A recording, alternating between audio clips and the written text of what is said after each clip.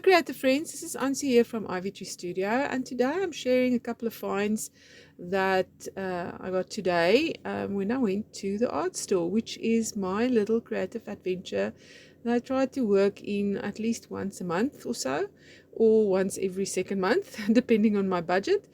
But this is also then another episode to What's in the Box with Lily B, where I just review products, give you my honest opinion, and you can do with that what you want. Now, sometimes things that I may learn for the first time might be things that's obvious to you, but to me, it might be a new find and a new kind of learning curve. Now, I've been playing around with shapes and just trying to loosen up a little bit when it comes to making my art. I've been doing a lot of work on my tablet and just doing digital art a lot lately. You might have seen some of my work in my store, but I also want to do actual art on paper, and I have made some little art journals, and I'm in process of making a variety of different ones. You know, the creative juices gets flowing and then you want to just go with that.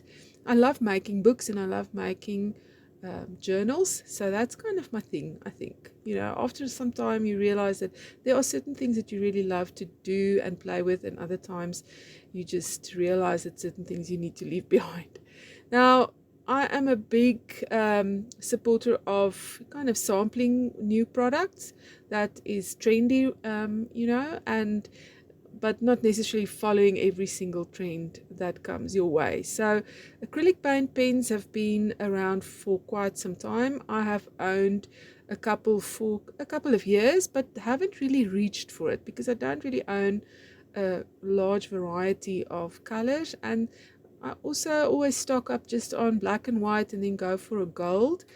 So I've had those available to me for journaling and other things. But recently, acrylic paint pens have hit the local market with a storm. And I was looking around for something that was good quality but not as pricey, because there's a ton of brands. You get the really cheap Chinese versions, and then you get, I would say, mid-range priced, and then you would get really high priced products, which I would say, if you can, then just sample those and see if you like it, because if you buy something that's really expensive and it's not for you, then you're going to be really disappointed. And these pens, if you buy like a pack like this one is by Marte, and there's 24 in this box. You do get larger packs. I think they've got 36 and then 42, so you can go bigger. But it does include a black pen, a white, and metallic gold, which is really popping. And I really like the variety of colors in here. It's really, really nice and good value for money. And I decided to start playing with all my pens. I didn't buy just the pens. I also bought two other Marte products, dual tip acrylic paint pens, a white set and a gold set. But the gold set is a little different type of gold. It's more paler gold, but still yummy. And then the fine nib is just amazing. So I really like adding the fine details with that. Then I decided to grab a piece of offcut paper that I have lying around, because I want to embrace the concept of using like older pieces of paper, scrap paper and things, and just doodling on it and then using that in my art journaling. And decided to just play around with faces. I've been doing faces a lot lately, and it's kind of my go-to thing. I like drawing my girls and have been doing so since 2012, I think. And just looking at just the basic shape of faces and dimensions that you need to look at. You start with a circle and then you divide it up into sections, and I don't really want to do a whole class. This is just kind of a little chat video, but I don't always use the grids. I sometimes just dig in, start with the eyes and go from there. But you first need to understand that there are dimensions to a face and symmetry, and you need placement. So if you know where to place your eyes, your nose, your lips, your cheeks, where to place the chin, you can play around with that when doing whimsical faces, because every face will be different, and that's the whole idea. but there will also be always a little bit of your own thumbprint to any face that you do. So if you put it next to your own face, you will see a little bit of your personality reflected. Now, I used to do little doodling on this sheet with acrylic white ink that I had, and I got new brushes recently that I wanted to play with, and I was doing mark making and just testing out the acrylic ink, but I wasn't really happy with it. It was kind of fading on the page, but still good. So I had something on the black page already to start with, and I decided to dig in with a white pen. The acrylic ink that I bought today was kind of pricey. It was nearly 200 Rand, I think around 168. It's called Manuscript Acrylic Artist Ink. But I realized I've had this habit of shaking the acrylic inks, and that's not a good idea. But then when it comes to the paint pens, you need to shake them really well when you start out, because there's little balls inside that move the paint around. You need to shake it until those come loose and you hear them actually making a sound. And then you have to press down on the nib, so they do give instructions on the packaging. And then once it starts, it flows, and it's just wonderful experience. These pens are just so yummy that 2 hours went by and I didn't even feel it, and I was caught out with load shedding, so I'm typing this voiceover while we have load shedding.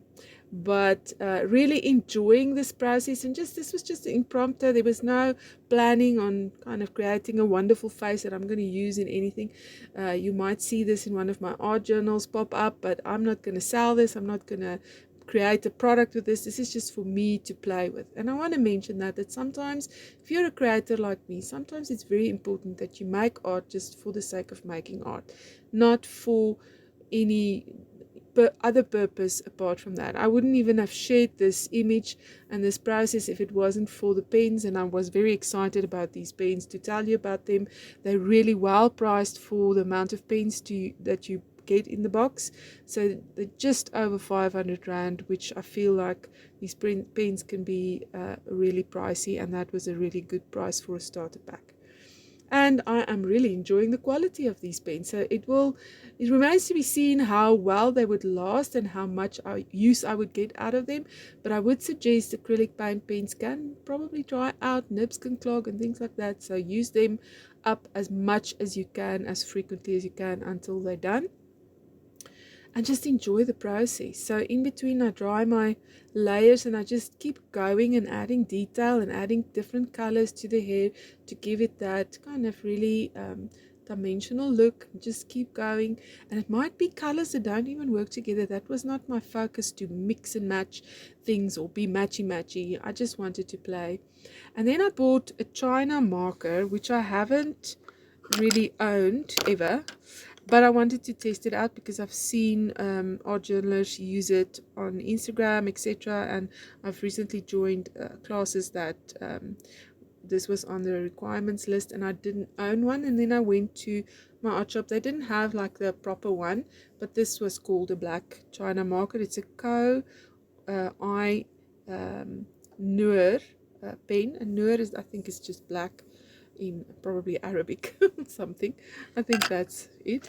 But anyway, and then I also just sampled a Derwent watercolor. I've been doing this when I go to the art shop. I go for the artist grade, really expensive pencils that is watercolor or good quality, and then because I like the watercolor ones, and then I would just sample a color, just any color. And then in the past I suggested that you kind of sample the same color in different brands, but I decided that's not a good idea. I'm going to sample different colors in different brands from now on. And then I also sampled a little watercolor sample, a good quality one that cost me around 50 Rand. And I just want to grab my little label here that I'm keeping. I'm going to stick it down in my art journal. It's a number 817 purple by Mangu. I'm not sure how to pronounce it, but anyway. And so that's a good quality one. It's basically ones that you can buy in singles, so you can also collect those. And I have a little palette for these that I can add it into. So that would be my finds for today. And I just dropped the last one that I wanted to mention. I've found a new barrel for my nib, my dip pen nibs, and I have a black one, but I wanted to have two so that I can use one for black and one for white or any other color that I have. My tongue is tired tonight, so I think I'm a little tired, so I'm going to go to bed early, I think. But just enjoying the play and adding details with the gold. Eventually, I've got a little routine going when it comes to drawing my faces, and always end up with black and white lining and then with gold. I like adding the gold. And as I said, the one from the box is popping, and the dual tip one is a little different kind of gold, a paler gold, but I like both. And these are really smooth on the page. So I hope you enjoyed this little review of Marte acrylic paint pens, and I hope you try them out.